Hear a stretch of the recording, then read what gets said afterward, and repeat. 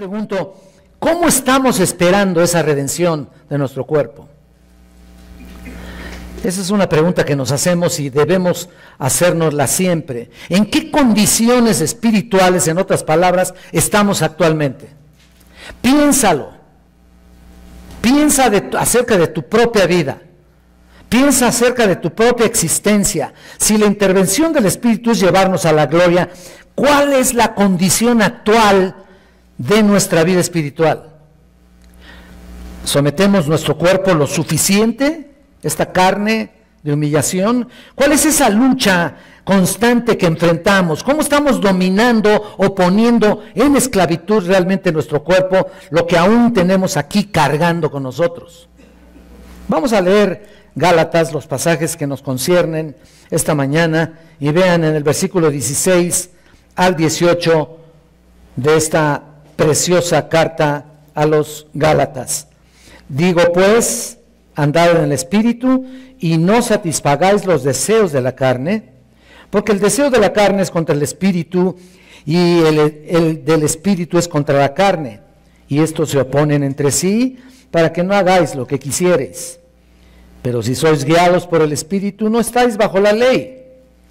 Y manifiestas son las obras de la carne, que son adulterio, fornicación, inmundicia, lascivia, etcétera, etcétera. No vamos a leer más allá, solamente los tres versículos que le anteceden a este, 16 al 18.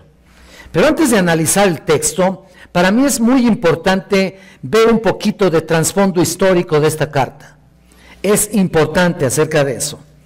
Pablo escribió a los Gálatas para contrarrestar, mira, qué casualidad, ¿no?, a las falsas enseñanzas, para contrarrestar los falsos maestros judaizantes que estaban metiendo su influencia dentro de la iglesia y haciendo que otros llevaran a cabo una cierta circuncisión aparte de su salvación, ¿no? Eso, o sea, Pablo está con esta carta contrarrestando a esos judaizantes que estaban incluso minando la doctrina central del Nuevo Testamento de la justificación por la fe específicamente. Justificación por la fe. La justificación por la fe, en otras palabras, está viéndose afectada por estos falsos maestros. Ellos esparcieron su enseñanza peligrosa de que los gentiles primero deben convertirse en prosélitos judíos, fíjate nada más lo que decían, y someterse a toda la ley mosaica antes que pudieran convertirse en cristianos. Qué falsedad, ¿no? Pero Pablo escribió también esta carta para defender la justificación por la fe, acentuarla de tal manera en la vida de los creyentes y ellos estuvieran perfectamente advertidos de las terribles consecuencias de abandonar esta doctrina central medular de la Escritura. Entonces, desde los capítulos 1 y 2 en esta carta, él defiende la justificación por la fe. En los capítulos 3 y 4, él explica la justificación por la fe. Y en los capítulos 5 y 6, él aplica la justificación por la fe. Estoy dándoles un panorama de lo que es la carta. La aplica porque debe haber una aplicación práctica de la justificación por la fe. No solamente que tú estés bien informado, ¿me explico?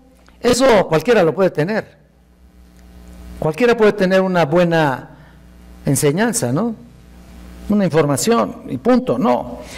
Sino que aquí lo importante es tener una vida práctica de libertad cristiana en la vida del creyente, en una serie de 4 contrastes específicos. No es la división de este mensaje, pero él en todo Gálatas, en toda la carta, mejor dicho, tiene 4 contrastes específicos en el capítulo 5 y parte del 6. Bueno, decía que toda la carta, pero básicamente en el 5 y el 6. En primer lugar, tenía el llamamiento a la libertad cristiana en el capítulo 5, 1. Número 2, el peligro para la libertad cristiana en los capítulos 5 del 2 al 12. Número 3, el Espíritu Santo y la libertad cristiana en el 5 del 13 al 16, del 13 al 26. Y el número 4, el servicio y la libertad cristiana en el capítulo 6 del 1 al 10. Todo eso se encontraba esencialmente en el capítulo 5 y 6, se encuentra aquí. Sin embargo, el pasaje que estamos estudiando, que vamos a comenzar a estudiar, forma parte del Espíritu Santo y la libertad cristiana, que abarca de los capítulos del 13 al 23. En otras palabras, el poder del Espíritu Santo está disponible para los creyentes para capacitarles para vivir vidas contundentes.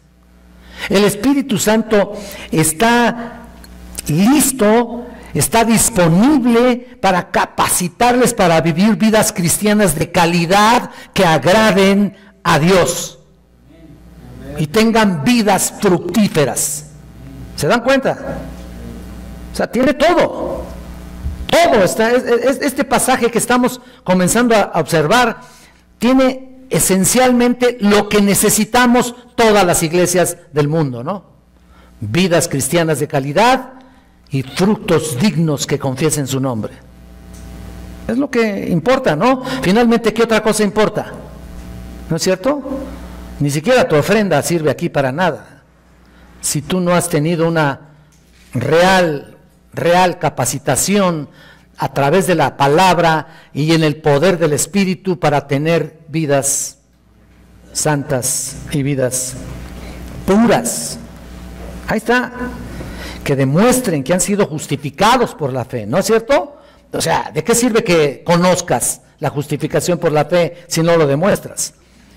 Y de esa manera no necesitan ser influenciados por ningún tipo de concepto legalista o religioso que los judaizantes, en este caso, estaban propagando. Y ahí está. Pablo les dice a los creyentes de Galacia que no necesitaban la ley como medio para salvarse, no necesitaban la ley como medio de la salvación porque ya han sido salvados, ya han sido adoptados por medio de Cristo como hijos de Dios y están enfocados a su hogar celestial, ¿no? Ahí está. Tampoco necesitaban la ley para que les guíe de una manera, de una nueva vida, ya que tienen al Espíritu de Dios, al Espíritu de Cristo en ellos como guía divina permanente para vivir otra vez vidas de calidad. Ahí está. Así que como Jesucristo es la persona principal de la obra de la justificación por la fe, el Espíritu Santo es la persona principal en la obra de santificación. ¿Te das cuenta de eso? Cristo te justifica y el Espíritu Santo te santifica y te sigue santificando. Ya está el punto. En otras palabras, para un creyente es imposible santificarse a sí mismo, no tiene capacidad, no tiene forma, no tiene manera, no tiene con qué santificarse. Realmente no. Ni siquiera para salvarse a sí mismo, por supuesto, mucho menos. No podrían vivir la vida de cristiana con sus propios recursos. Nadie, en su definición más profunda y a la vez simple, la vida cristiana fiel es una vida que vive bajo la dirección y el poder del Espíritu. Ese es el punto, hermanos. No estás desprendido del Espíritu Santo. Si eres verdadero creyente, no estás separado ese concepto. No vives tu vida independiente a la guía del Espíritu Santo. Hay quienes quieren vivir independientemente, ¿no?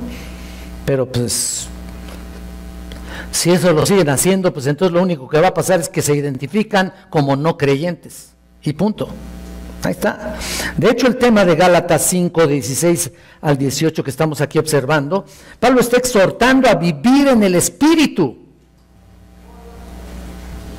A pesar de vivir en el peligro de estar entre el Espíritu y la carne, como titulamos esta mañana este mensaje.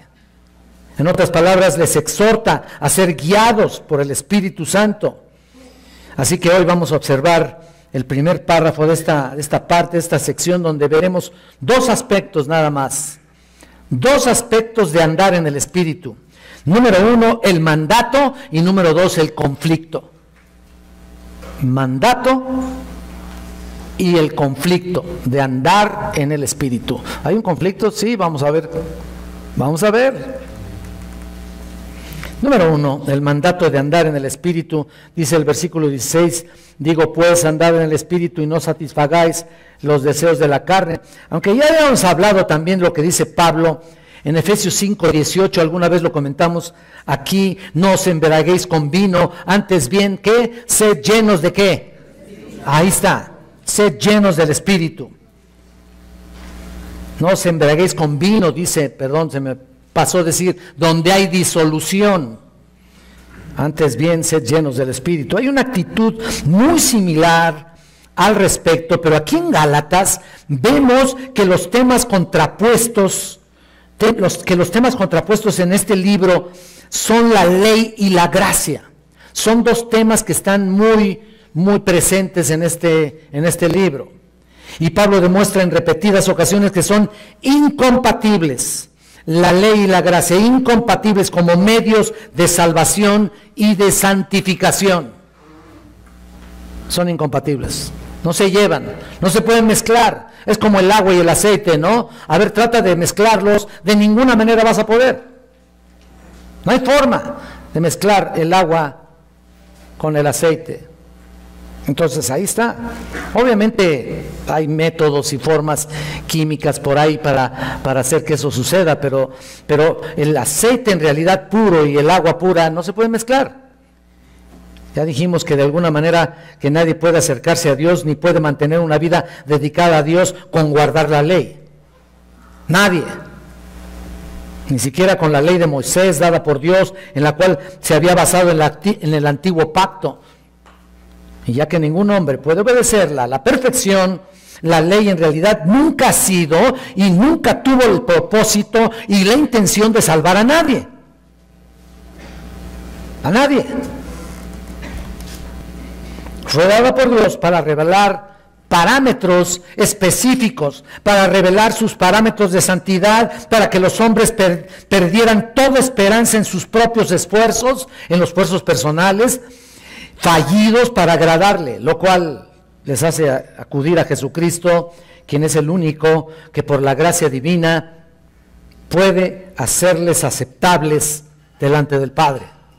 Eso es lo más importante, ¿no? Jesucristo te hace aceptable a través de su salvación, a través de su justificación, te hace aceptable al Padre. Si no fuera por Jesucristo, jamás llegas a la presencia del Padre, ¿no? Yo soy el camino, la verdad y la vida, y nadie viene al Padre sino por mí. No hay otra forma de llegar a Él. Y ahí está. Y esa es la parte más importante de gracia divina que Dios nos otorga y nos da la oportunidad de hacernos aceptables delante de Él. Y a través de la ley, dice la Escritura, dice que la Escritura lo encerró todo bajo pecado para que la promesa que es por la fe en Jesucristo fuera dada a los creyentes. En otras palabras, todo lo que se relacionaba con la ley lo encerró todo bajo pecado. ¿Por qué? Porque el conocimiento de la ley es el conocimiento de ¿qué? Del pecado. Ahí está. Entonces concretamos, la ley nunca fue dada para que la gente tuviera salvación, sino como un ayo que nos conduce o que conduce a los hombres a la salvación y a la santificación. Por supuesto, el creyente no necesita la ley como medio de salvación porque ya ha sido salvado, adoptado por medio de Cristo como sus hijos para tener un lugar celestial allá, como dice aquí en el 3:26, que lo lean ustedes, lo pueden leer, dice, porque todos sois hijos de Dios por la fe en Cristo Jesús. Y ya dijimos que por consiguiente tampoco necesita el gobierno de la ley para que le guíe en su nueva vida. No me refiero a que el cristiano no deba someterse o sujetarse a la ley del gobierno que nos rige, ¿no? ¿No es cierto? No estoy diciendo eso. Son dos cosas muy diferentes que debemos poner mucha atención.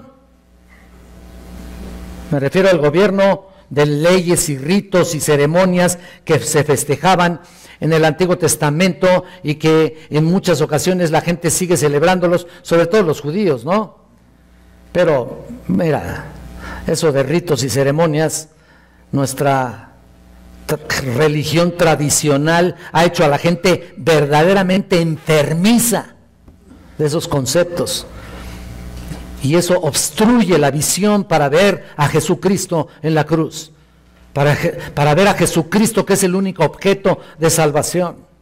Y bueno, pero qué importante es entonces aclarar esto y enseñar a nuestros hermanos para que un día puedan también compartir la palabra de Dios a otros que no lo conocen. Y entonces ahí está, es la palabra de Dios, porque es la palabra de Dios que nos rige, por supuesto, pero una vez teniendo el Espíritu de Dios, es una guía espiritual real. Ahí está. De hecho, cuando más trata el creyente de forzarse a vivir conforme a reglas, formas, sistemas, sin importar cuán nobles puedan ser, tiende a apagar la obra del Espíritu Santo en su vida. Y es lo que pasa con muchos religiosos en las iglesias cristianas también. ¿Hay religiosos? Claro que los hay. ¿Hay legalistas? Claro que los hay. Digo, perdón, no me río digo, qué pena, ¿no? Mucho legalista ahí. Entonces, aunque estudiar la Biblia, orar, escuchen esto, aunque estudiar la Biblia, orar, adorar, testificar y otras normas de conducta que se aplican a los creyentes son esenciales en la vida cristiana fiel, la espiritualidad no siempre se puede medir con frecuencia o la intensidad de esas actividades. No siempre. Utilizarlas para medir la espiritualidad, solo en eso puede llevar a la persona a una trampa terrible de legalismo. Y puede que sus logros se midan por su actividad visible, y hay personas que piensan que están haciendo la obra del Señor, pero solamente quieren ser vistos por los demás, sobre todo cuando hay demasiado activismo en las iglesias. Vivir conforme a un conjunto de leyes equivale a vivir en la carne. Por eso así se llamó este mensaje, entre el espíritu y la carne. Equivale a vivir en la carne, en la justicia personal y la hipocresía, y hasta con el peligro de suprimir la operación real del Espíritu Santo en nosotros, quien es el único capaz de producir desde el interior del creyente las obras de justicia verdaderas y auténticas. Es el único. La santidad solo la produce el Espíritu Santo. La vida santa no viene como resultado de nuestro desempeño personal delante de Dios, sino del desempeño del Espíritu a través de nosotros. Noten que la vida santa consiste, como dice aquí, como dice en Efesios 3:16, el ser fortalecidos con poder en el hombre interior por su Espíritu. Ahí está el elemento principal. Es el Espíritu de Dios que produce en ti. Así que todo lo que hagas, todo lo que digas, o todo lo que lleves a cabo, si no es en el poder del Espíritu, es en tu propio poder. Tú sabrás qué haces, ¿no? Y mira, solo el orgullo o la ignorancia llevarían a un creyente a vivir conforme a una lista de reglas, mandatos externos en su propio poder, y sería prácticamente limitado y pecaminoso cuando en realidad puedes vivir por el poder interno del Espíritu, perfecto y suficiente. Entonces, sin embargo, eso es lo que muchos creyentes en las iglesias de Galacia estaban tratando de hacer. Ahí estaban poniendo reglas y tratando de demostrar su espiritualidad a través de reglas humanas. Muchos creyentes de aquel entonces se habían esforzado incluso a hacer lo que los demás les decían que hicieran. El hecho de que la palabra andad aquí es muy importante. Si tú regresas a nuestro pasaje, digo pues andad en el Espíritu. Es una palabra importante que vale la pena analizar. Es la palabra peripateo. El hecho de que sea peripateo se usa aquí en el tiempo presente, y lo que está pasando es de que aquí está indicando que Pablo habla acerca de una acción continua, irregular, consistente. En otras palabras, pudiera yo añadirle que está en tiempo también perfecto, porque permanece, está en un sentido permanente en tu vida. Entonces tienes que andar de una manera permanente. Indica que Pablo habla acerca de una acción continua y regular en tu vida. Una acción de andar continua y regular. En otras palabras, se trata de un sentido habitual de tu vida. ¿Se dan cuenta de la diferencia, no? Uno puede hacer muchas cosas, pero nunca eres consistente. Digo, lo conocemos, ¿no? Y peor como mexicanos, ¿no? Perdón, no es por menospreciar mi propia patria, ¿no? Pero empezamos algo y ¿cuándo lo acabamos? Ustedes díganlo. Hasta estoy oyendo que nunca, nunca, nunca. Ya se parecen a la canción esa de nunca, nunca. Una canción italiana ahí. Es la verdad. O la terminas quién sabe hasta cuándo. Pero lo que hace el Señor en el aspecto de andar es una orden, no es una opción. Debes andar en una acción continua. Es un imperativo y significa que Pablo no presenta algo que tú pudieras rechazar en un momento dado. Se te manda a andar. Es un mandato divino. Entre otras cosas, el acto de caminar o andar implica, escucha esto, no significa solamente andar, avanzar. ¿No? Ir desde un lugar donde uno se encuentra al lugar donde uno debería estar. ¿Te das cuenta de eso? Ya unos se quedaron acá rezagados. Ahí están rezagadotes. Ya no están en el lugar donde deben estar. No me refiero a un sitio, me estoy explicando.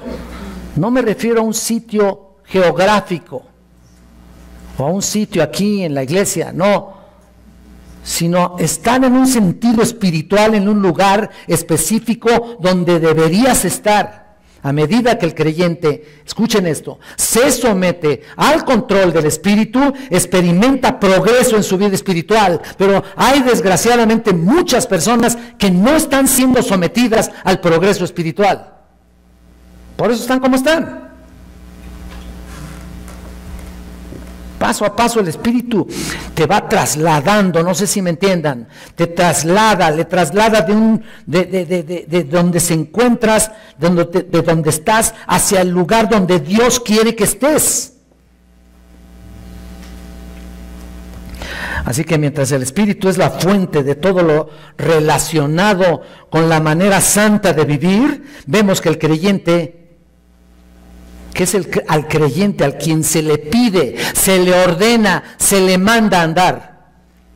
Otra vez, lo repito, mientras el Espíritu es el que está relacionado con en este sentido, en hacerte que des un paso hacia adelante, el Espíritu Santo, porque si fuéramos impíos, inconversos, pues no vamos, al contrario, todos van para atrás, ¿no es cierto? Como los cangrejos. Se dirigen a la muerte eterna. Pero no, si tienes al Espíritu de Dios, Él es la fuente de todo progreso espiritual. Y por supuesto, Dios te manda dar esos pasos. ¿Te das cuenta de eso? Dios te manda a dar esos pasos muy importantes. Tienes que andar, te manda a andar. Y esto parece una paradoja, ¿no es cierto? ¿Por qué? Porque por un lado lo que el Espíritu hace y por otro lado lo que tú debes hacer. Parece una paradoja. Pero ahorita vamos a ver en qué sentido. Bueno, miren, les voy a dar varios pasajes donde se encuentran esos dos parámetros. Tanto como lo que Dios hace, como lo que tú debes hacer. Juan 6:35, mira, si me quieres acompañar, Juan 6:35, mira lo que dice.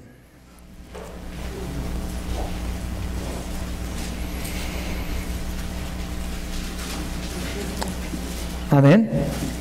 Mira, dice Jesús le dijo, yo soy el pan de vida, el que a mí viene nunca tendrá hambre, y el que en mí cree no tendrá sed jamás. Mas os he dicho que aunque me habéis visto, no creéis. Todo lo que el Padre me da vendrá a mí, y el que viene a mí no le echo fuera, porque he descendido del cielo no para hacer mi voluntad, sino la voluntad del que me envió. Y esta es la voluntad del Padre, el que me envió, que todo lo que me diere, no pierda yo nada, sino que lo resucite en el día postrero. Y esta es la voluntad del que me ha enviado, que todo aquel que ve al Hijo y cree en Él tenga vida eterna, y yo le resucitaré en el día postrero. Pero lo que quiero mostrarles aquí, ve esto, desde el 35 te está diciendo, el que a mí viene, hay un aspecto importante, ¿no?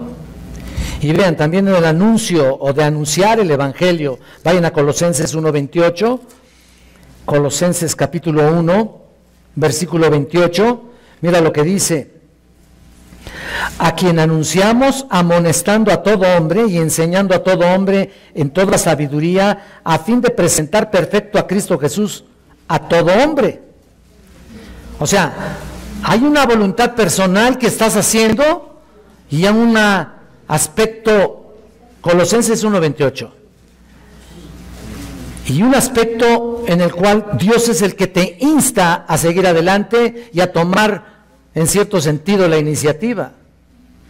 De veras, aunque ustedes vean que hay participación del creyente, es el Espíritu Santo el que te insta. El Espíritu Santo es quien produce en nosotros el querer como el hacer por su buena voluntad. Si de uno fuera, uno no avanza ni un milímetro. Es el Espíritu que desarrolla su obra en ti y en mí. Si la voluntad y las acciones humanas no tuvieran un papel directo en la vida cristiana, no estuviera ahí escrito. Pero ahí está, dice andad. Tómalo eso como un mandato. Ve a donde Cristo te ha mandado. Avanza espiritualmente donde Dios te ha puesto, donde Dios te ha determinado para tu vida. Y eso te responsabiliza, ¿no? ¿No es cierto? Ahí está. Ahora es importante que entendamos el punto. El poder para vivir la vida cristiana, aún de mí mismo, pertenece por completo al Espíritu Santo. Pero te está pidiendo que andes. Entonces, así como el poder de la salvación, ¿se acuerdan? En Efesios 1:13, ¿no? Habiendo oído la palabra de la fe y habiendo creído en Él, fuisteis sellados, habiendo creído en Él. Dios pone eso en el corazón de la persona para que acuda precisamente a creer en Él. Finalmente, es la obra justificadora del Señor, la obra principalmente del Espíritu de Dios para venirte a justificar. Entonces, la obra justificadora de Cristo como la obra santificadora del Espíritu, la voluntad del hombre tiene un papel activo, por supuesto, y su compromiso diligente es requerido, pero el cristiano no debe sentarse como un espectador para ver cómo el Espíritu Santo está trabajando en él. El Señor aún, puedes decir, pues el Señor no me ha quitado este pecado. Es como aquel, ¿no?, que todos los días iba a la casa del amante, ¿no? Pues no me ha quitado ese pecado, pero ahí vas, ¿no? Oye, ¿cómo? Creo que haces un papel importante ahí. Si tienes el Espíritu de Dios, pues no vas y ya, ¿no? Ya está el punto. En lugar de esto, todos los creyentes han sido llamados a hacer esto. Miren, vayan a Romanos 6, a propósito de lo que estamos viendo, como que no podemos dejar de depender de Romanos, ¿no?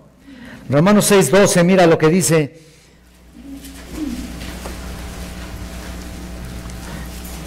No reine pues el pecado en vuestro cuerpo mortal, dice, de modo que le obedezcáis en sus concupiscencias, ni tampoco presentéis vuestros miembros al pecado como instrumentos de iniquidad, sino presentaos vosotros mismos a Dios como vivos de entre los muertos, y vuestros miembros a Dios como instrumentos de justicia. O sea, te está dando la orden, no reine más en ti esto. Y tú lo haces, ¿en qué poder? En tus propias fuerzas no puedes. Lo haces en las fuerzas y en el poder del Espíritu Santo, es todo. Ya, parece complicado, no lo es. Siempre y cuando estés sometido a la palabra. Si no estás sometido a la palabra y al poder del Espíritu Santo, pues vas a tratar de hacer las cosas en tus fuerzas y vas a, ¿qué? A fracasar. Mira Gálatas también aquí donde estamos, pero vean adelantito en Gálatas 6, 9 y 10. Aquí también, el hacer bien es también una obra que te está pidiendo, es una orden que te está diciendo el Señor. Dice aquí en el 6:9, no nos cansemos pues de hacer el bien, porque a su tiempo segaremos y no desmayamos. Así que según tengamos oportunidad, hagamos bien a todos. Ahí está, estás tomando un paso determinado en tu vida. Hagamos bien a todos y mayormente a los de la familia de la fe. El creyente es guiado por el Espíritu Santo y debe estar dispuesto a ir donde el Espíritu Santo le está pidiendo que vaya.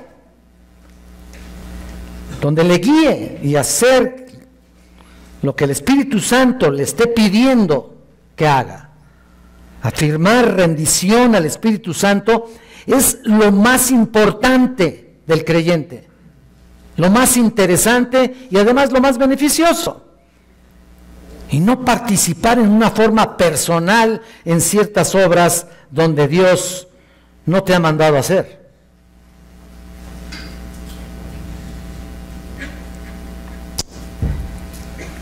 Y bueno, y sabes que donde vas a hacer una obra personal es como lo mismo que decir, Señor, muchos me dirán, Señor, Señor, ¿y qué? Y no hacer lo que me dices, no hacer lo que yo digo, ¿no?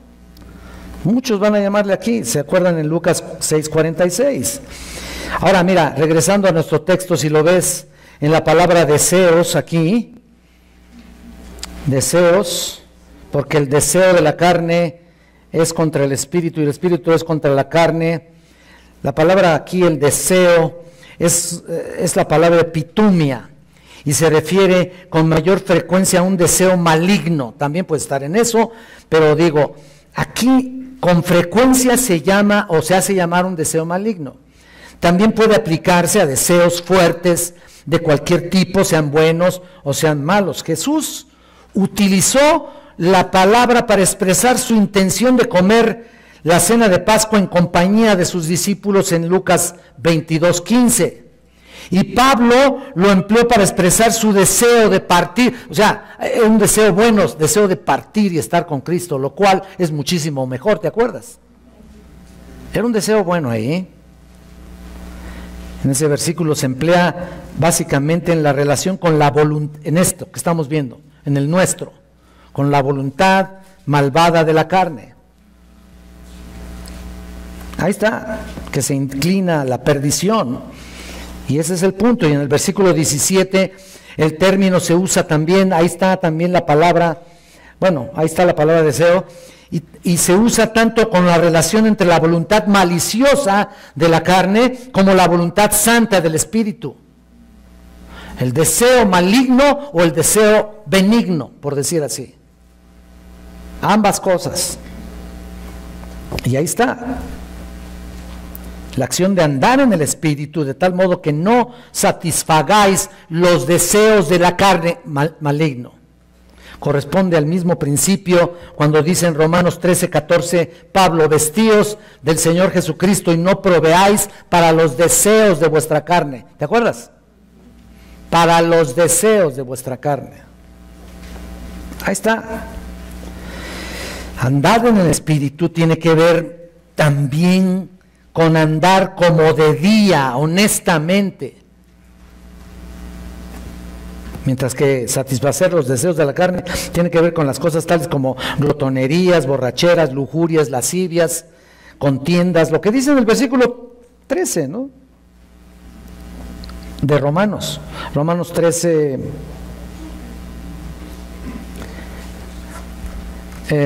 13, ¿no?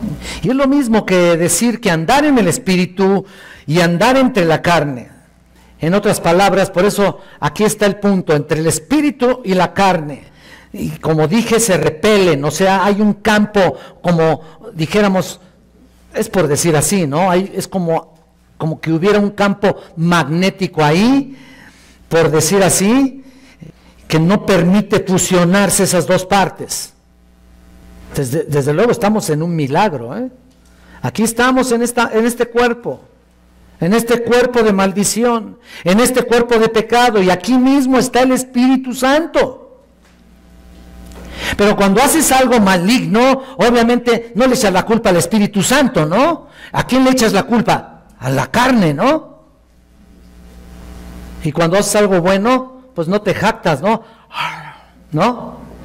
Sino que el Espíritu Santo te muestra dónde tienes que hacer las cosas y qué cosas tienes que obedecer y quitar en tu vida. La vida que se anda en el Espíritu es una vida semejante a Cristo, la saturación de los pensamientos de un creyente con la verdad, como dije en un principio, el amor y la gloria de su Señor y el deseo intenso de ser como Él es todo en la vida del creyente. Él es el prototipo, ¿no? Él es el ejemplo, Él es el único ejemplo que debemos seguir. Es vivir con una conciencia continua de su presencia. Escucha esto, continua presencia, ahora sí valga la redundancia, de su presencia, ¿no? Es en realidad permitiendo que la palabra more en abundancia en ti. Entonces, ¿en cuál estado espiritual te encuentras? Piénsalo. Piensa por un momento, ¿o en qué estado me encuentro yo? La vida que anda en el Espíritu es una vida que se moldea cada vez más al ejemplo y la enseñanza del Señor Jesucristo. Es una vida cuyo deseo constante y ser hallado en Él, ¿te acuerdas la palabra que dice, ser hallado en Él no teniendo mi propia justicia, que es por la ley, ahí está diciéndolo Pablo, sino la que es por la fe en Cristo, la justicia que es de Dios por la fe, así como la motivación sincera, ¿no? Cuando dice la palabra de conocerle, complementando el mismo versículo, y el poder de su resurrección y la participación de sus padecimientos, llegando a ser semejantes a Él en su muerte. Todos los días. Qué importante es entender, con Cristo estoy juntamente crucificado. Y ya no vivo yo, sino Cristo vive en mí. Y lo que ahora vivo en la carne, ahí está, lo vivo ¿qué? En la fe del Hijo de Dios, el cual ¿qué? Me amó y se entregó a sí mismo por mí. Ahí está la clave para vivir vidas espirituales de calidad. Llenos del Espíritu, es importante. Pero ahora vamos a ver el segundo aspecto de andar en el Espíritu y la carne que hemos visto.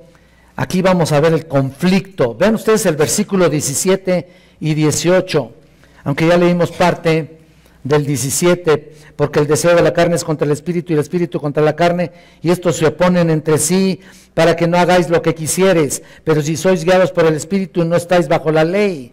Mira, el verdadero significado de este pasaje es andar en el Espíritu, no es un simple asunto, escuchen esto, no es un simple asunto de rendición pasiva, ¿me entienden? Tampoco es una actitud de un positivismo que es absurdo.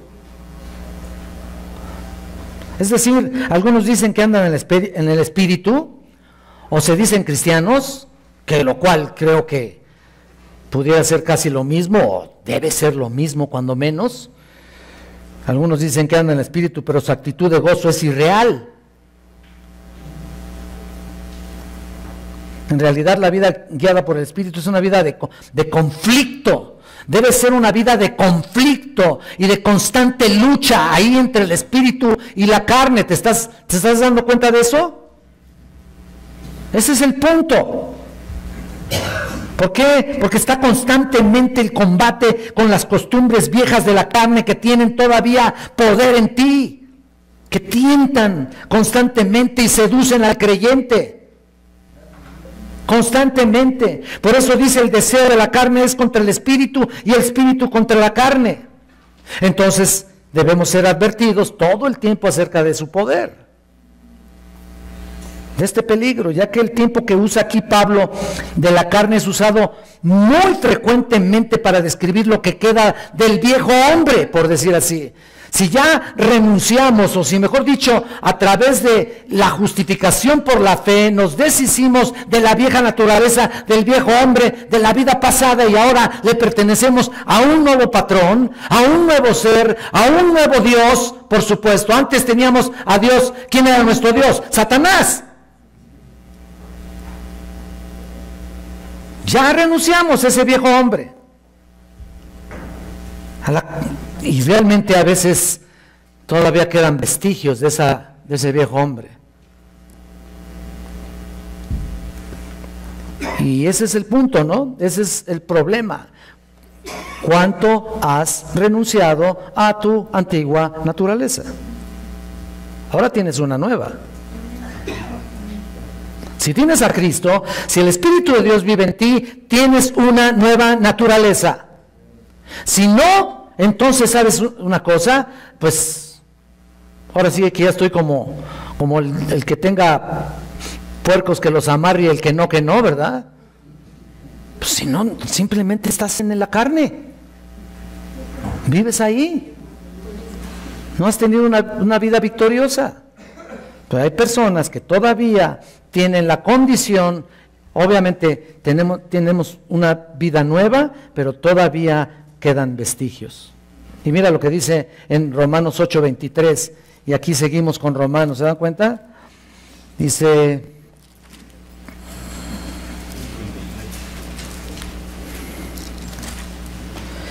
y no solo ella, sino que también nosotros mismos, que tenemos las primicias del Espíritu, nosotros también gemimos dentro de nosotros, esperando la adopción y la redención de nuestro cuerpo. Ya lo habíamos comentado y ya lo habíamos estudiado. Y nota eso. Hasta entonces tendremos una rendición completa. Mientras tanto seguirás en esa batalla. Vivimos en esa lucha, vivimos en ese conflicto. ¿Te estás dando cuenta? Entiendo que hay gozo y paz en el Espíritu Santo. Entiendo que lo hay. Tenemos al Espíritu de Dios y Él nos da gozo y paz, por supuesto. Pero no deja de haber ese conflicto. Ahí está. ¿Que seremos librados de Él hasta cuándo? Hasta cuando Cristo venga por nosotros y te dé un nuevo cuerpo glorificado. Entonces Pablo mismo, como cualquier otro creyente, estaba enfrentando esta lucha. ¿Se acuerdan que les leí Romanos aquí también, incluso en el capítulo 7, 18? ¿Se acuerdan que les leí? Yo sé que en mí, esto es en mi carne, no mora en bien, porque el que ve el bien está en mí, pero no el hacerlo. Porque no hago el bien que quiero, sino el mal que no quiero, eso hago. ¡Qué lucha!, ¿no? Así que queriendo hacer yo el bien, hallo esta ley, que el mal está en mí. ¡Ay, qué terrible! Porque según el hombre interior me deleito en la ley de Dios, pero veo otra ley en mis miembros que se rebela contra la ley de mi mente y que me lleva cautivo a la ley del pecado que está en mis miembros. Por eso nuestra carne debe vivir en la fe del Hijo de Dios, como les leía en Gálatas 2:20. Por eso nuestra carne debe acentuarse ahí, es decir, una carne bien sometida al Señor, bien sujeta al Señor, una carne que la puedes dominar, porque cuando vemos el uso específico de la carne, que es la palabra sarx, ¿sabes qué sucede? Que son en particular los músculos, la piel, los tejidos que cubren básicamente el esqueleto, y me sorprendo y que veo la lucha que Pablo tenía con ella. Y Jesús usó esa palabra cuando dijo a sus discípulos después de la resurrección, ¿se acuerdan? Mirad mis manos y mis pies, ¿se acuerdan? Que yo soy, palpad y ved que yo mismo soy. Ahí están. Que tiene carne y huesos como yo tengo. Obviamente que él ya tenía un cuerpo, ¿qué? Por supuesto. Obviamente Jesucristo con carne glorificada, y sin embargo, de todas maneras, antes de que fuera glorificada, nunca hubo engaño en su boca, ni se halló pecado en absoluto. Nunca. Aunque les advirtió a los apóstoles, la carne, ¿se acuerdan cuando les decía, no, ni siquiera habían podido orar una hora? El espíritu está dispuesto, pero la carne, ¿qué? Ahí está otro conflicto, ¿te das cuenta? Y así es lo que le está pasando en tu vida y en la mía.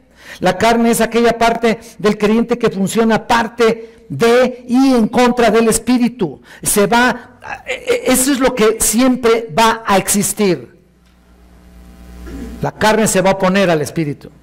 Vean cómo nos la puso el Señor, ¿eh? Vean qué difícil, ¿no? Bueno, para todos los seres humanos, pues no hay ningún problema, ¿no? Una persona no salva, a veces lamenta los resultados de algunas cosas pecaminosas y dice, ay, pues qué, hice esto mal, y reconoce ciertas cosas. Pero nunca hay una lucha espiritual,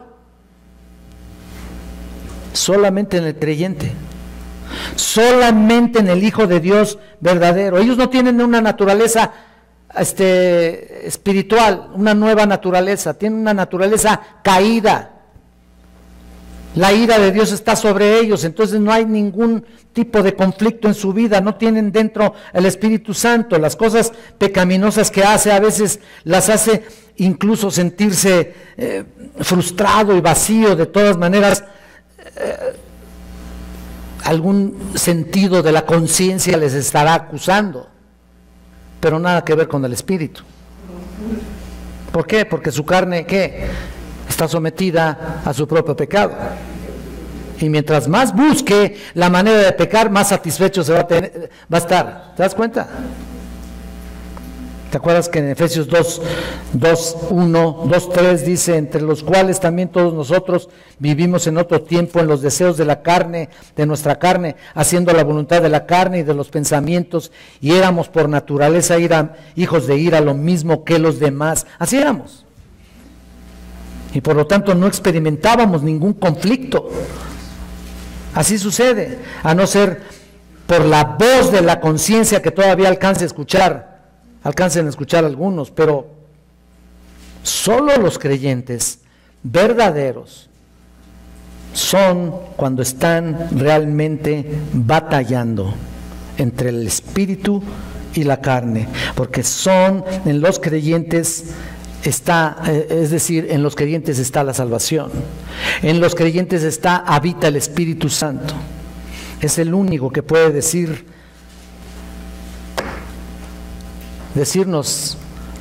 el nivel espiritual en el que estás. Por eso decía aquí, según el hombre interior me deleito en la ley de Dios, pero hay otra ley en mis miembros, ¿no? ¿No es cierto? Que se rebela contra la ley de mi mente. Ahí está. Solo en los creyentes está esa lucha. Si no, ahora, escúcheme esto. Quiero terminar con esto, pero va a estar larguito. Si no tienen esa lucha, a lo mejor algunos estaban deseando que lo dijera. Entonces ignoro cuál sea tu lucha, o algún tipo de conflicto que tengas. Hay quienes viven tan tranquilos que nada les molesta. Nunca tienen una lucha real. Viven tan despreocupados. Están tan ligados al mundo. Tienen tanta facilidad para ligarse al mundo, para identificarse con el mundo, que ¿cuál conflicto? No tienen conflictos. Ahí está. Sin embargo, nosotros estamos en esa lucha. Claro que tenemos la paz de Dios, y ahí está el conflicto entre el espíritu y la carne que sigue oponiéndose dentro de nosotros. ¿Y saben por qué se oponen entre sí? Para que los creyentes no hagan lo que quieren. Los creyentes no hagan lo que quieren. Y gracias a Dios por eso. Mira, si no lo tuviéramos, a Dios, ¿no? Daríamos rienda suelta a nuestra pecaminosidad terriblemente. Por eso les digo que si haces lo que quieres, entonces no hay ningún conflicto dentro de ti. Si no hay, es que el Espíritu Santo no mora en ese corazón, punto. Gracias a Dios que el Espíritu detiene nuestras facultades de pecar y nuestros deseos carnales, y a veces la carne prevalece sobre la voluntad del Espíritu. En algunas ocasiones parece vencer, ¿no es cierto? Y tú dices, ¿qué está pasando? ¿Por qué hice esto? ¿Por qué no debía yo haberlo hecho? Y estás en esa lucha y derramas tus lágrimas y dices, perdóname, Señor. Ahí está el conflicto. Miserable de mí, ¿quién me librará de este cuerpo de maldición? Pero hay cristianos que nada. Aunque la vida cristiana es una lucha, siempre habrá posibilidades de ganar.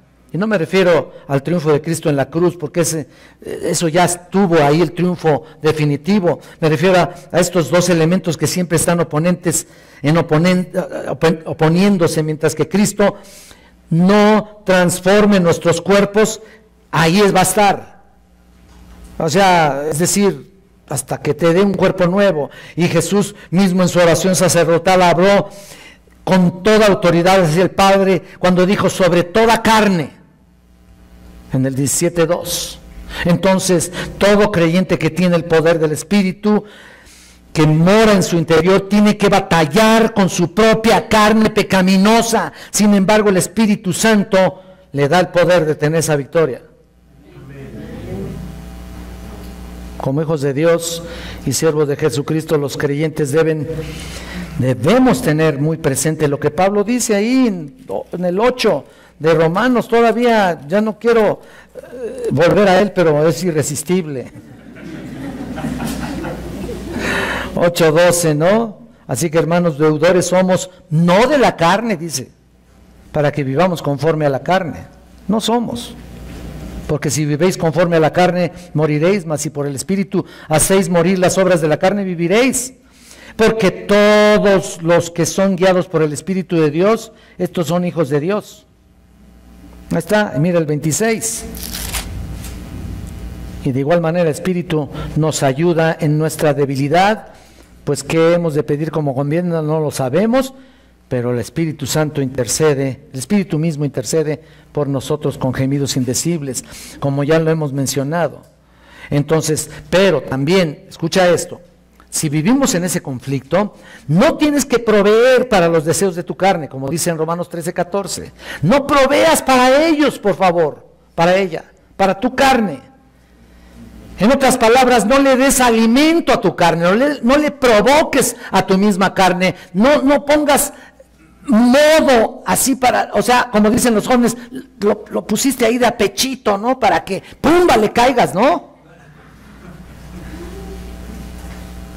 O sea, provees para los deseos de tu carne y por eso estás cayendo, o por eso caes, o por eso caigo yo también. ¿Por qué vas a proveer para los deseos de tu carne? Mira, si le proveemos armamento a la carne, se va a volver poderosa. Pero si lo hacemos morir, y yo recibí esta instrucción de mi maestro, en realidad, si la dejamos morir de inanición, no puede tener ningún poder sobre ti, de ninguna especie. Miren, la manera más segura de caer en un pecado es alimentar las tentaciones. Y las tentaciones, tú acaricias una tentación y estás pecando, por supuesto. Por otro lado, la manera más segura de evitar las tentaciones que conducen con mayor posibilidades a caer es hacerlas morir. No vas a matarlas totalmente, ¿no? Las tienes ahora sí que sometidas y subyugadas, pero mira lo que dice aquí Colosenses, aquí un poquito, vayan a Colosenses capítulo 3, versículo 5, ya nos vamos a ir, no te preocupes. Al cabo, luego te la pasas 3 horas viendo una película y ni quien te diga nada. 3:5. Fíjate lo que dice aquí, es un imperativo también muy importante, ¿no? Haced morir, dice aquí. pues lo terrenal en vosotros. Ve lo que dice: fornicaciones, impureza, pasiones desordenadas, malos deseos y avaricia, que es idolatría. ¿Se dan cuenta? Ahí están los malos deseos, que son tentaciones, y por supuesto todo lo demás. Hay que dejar de alimentar tu carne para que no esté activa. Claro que no va a ser completamente como dije, pero quedará prácticamente subyugada, en otras palabras, custodiada, en otras palabras, puedes tenerla en un momento dado esclavizada a la carne. ¿Sabías eso? ¿Sabías que puedes tenerla esclavizada? Ah, chis, ¿cómo se le hace? Ve por favor a 2 de Timoteo.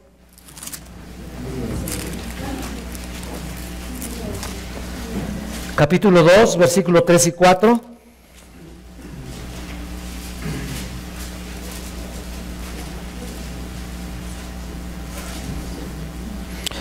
Bueno, este es uno, pero les voy a dar otro.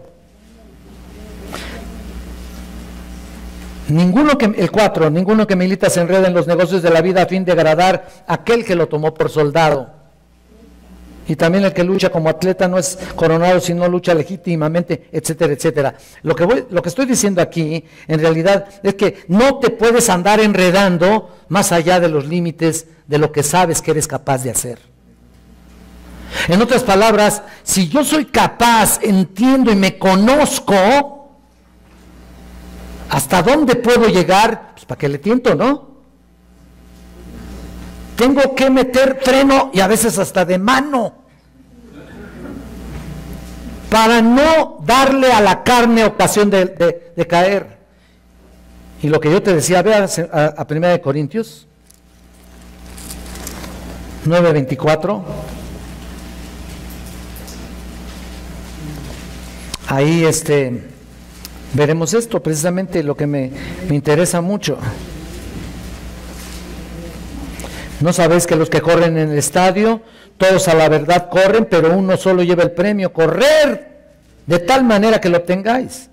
Todo aquel que lucha, de todo se abstiene, ellos a la verdad para recibir corona incorruptible, pero nosotros una incorruptible. Así que yo de esta manera corro, no como a la aventura, de esta manera peleo, no como quien golpea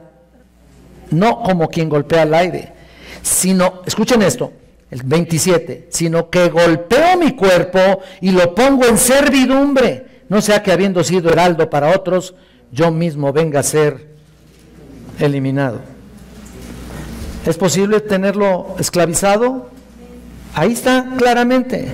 Yo pongo a mi cuerpo en servidumbre, lo domino, lo apaciguo. Ahora, no lo vas a hacer en tus propias características ni en tu propio poder, sino solamente con el poder del Espíritu de Dios a través de la palabra y la obediencia.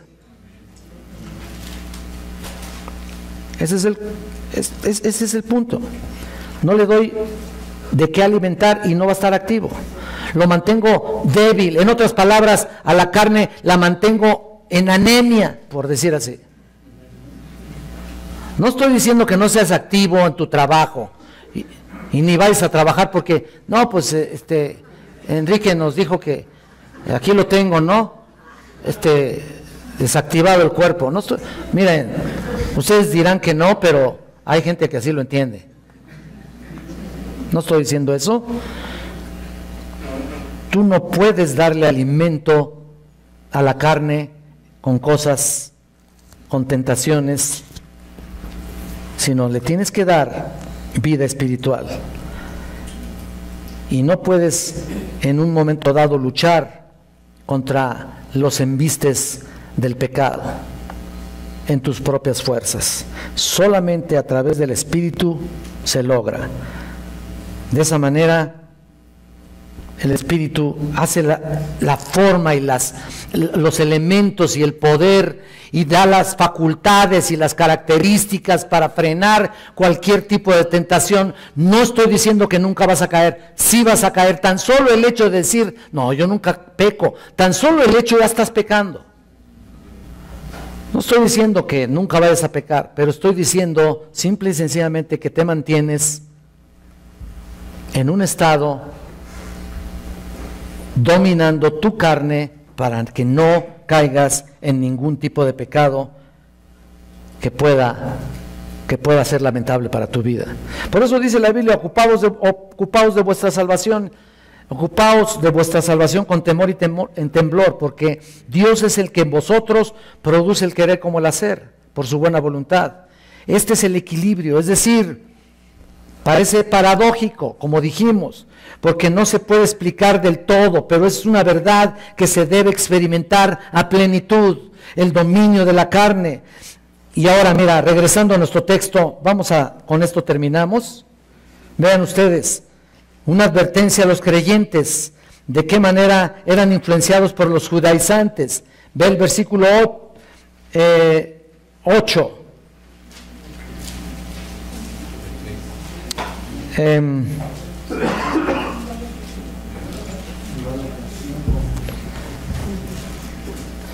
Creo que por si sois guardados del Espíritu, no estáis bajo la ley. Vivir bajo la ley es vivir por medio de la carne. Creo que es Romanos, ¿verdad?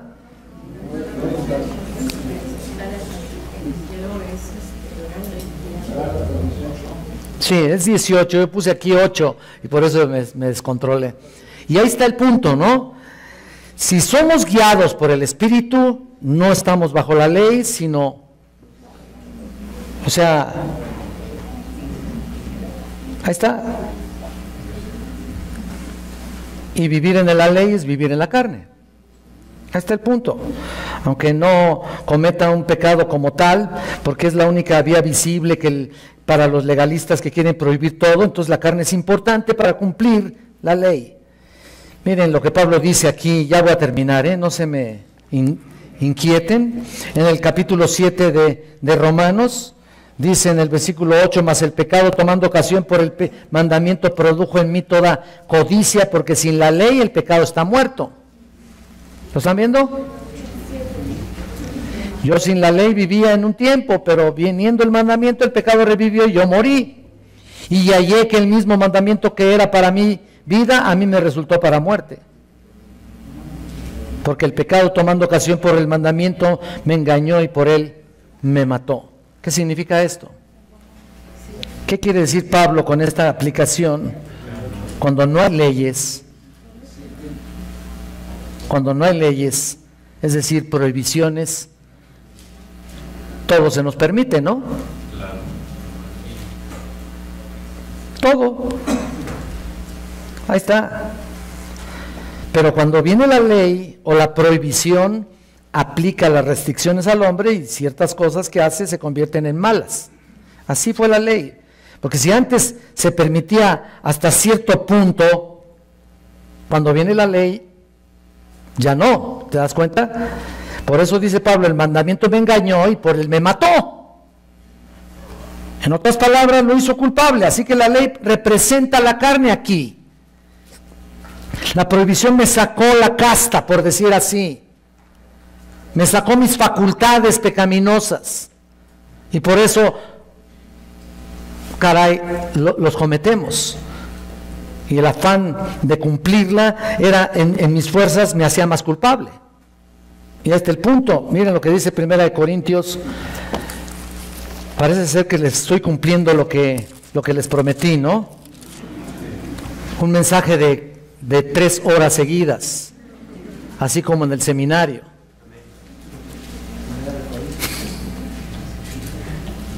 No importa, ¿no? 15:56.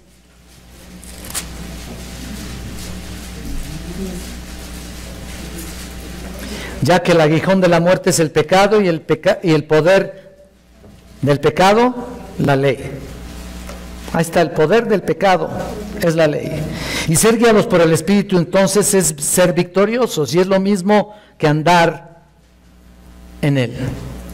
Andar en el Espíritu.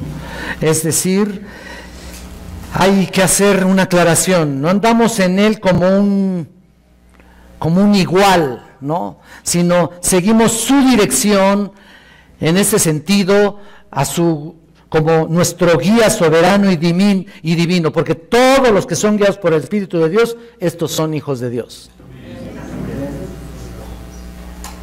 ¿Tú eres guiado por el Espíritu?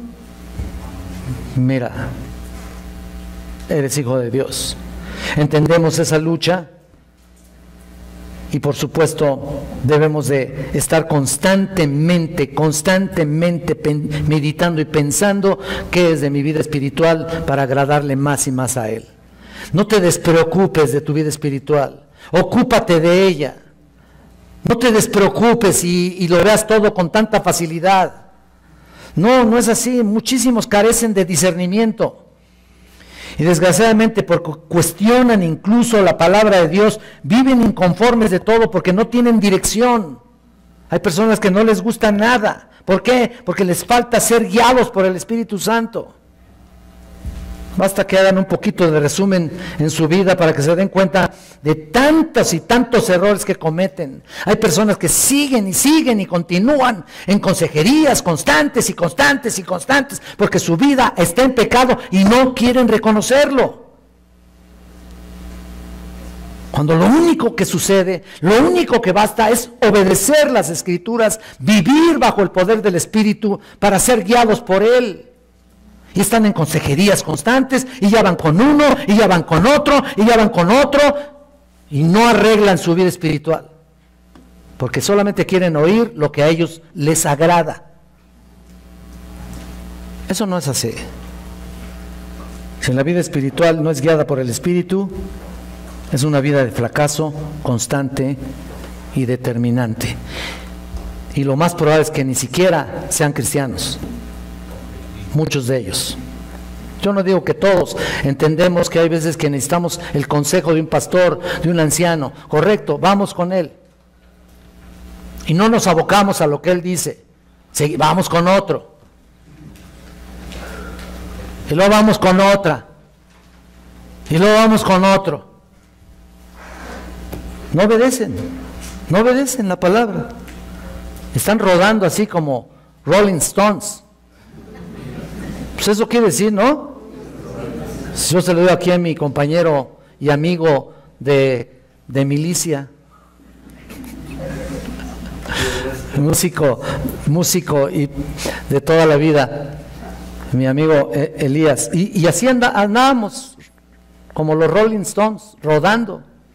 Y muchos cristianos a veces andan rodando. Vamos a orar. Señor, te damos muchas gracias por este tiempo. Ayúdanos, Señor, a regocijarnos en tu bendita palabra, a ser perseverantes en lo que nos has dicho, nos has comentado, nos has dado. Ayúdanos, Señor, en obedecer todo lo que nuestro hermano Mario dijo la semana pasada, lo que estamos hablando de vivir bajo el poder del Espíritu. Pareciera que tú ligas todas estas cosas para seguirnos llamando la atención. Pareciera que cada una de las cosas las sigues acentuando para darnos cuenta que somos tan débiles todavía que parece que no podemos andar por nosotros mismos. Siempre, por supuesto, estamos bajo el poder del Espíritu, pero ¿cuántas veces, Señor, seguimos tan débiles que somos tentados en cualquier momento? Ayúdanos a vivir vidas victoriosas. Ayúdanos, Señor, a vivir vidas de abundancia, vidas espirituales abundantes. Que seamos realmente los embajadores de Cristo en este mundo. Que la gente vea en nosotros que verdaderamente tú habitas en nuestros corazones. No permitas que flaqueemos y pequemos con cualquier tontería. Que seamos perseverantes en tu palabra, en la obediencia, sobre todo en la obediencia. ¿De qué pudiera servir tanto que se ha predicado aquí si la gente no obedece? Señor, ayúdanos a ser obedientes. Permítenos ser obedientes y ser victoriosos. Y ahora, Señor, llévanos con bien a nuestro hogar y nos vayamos con este pensamiento en nuestras conciencias. Gracias te damos, Señor, en el bendito nombre de Jesucristo, tu Hijo bendito. Amén. Que Dios les bendiga, hermanos. Estamos despedidos.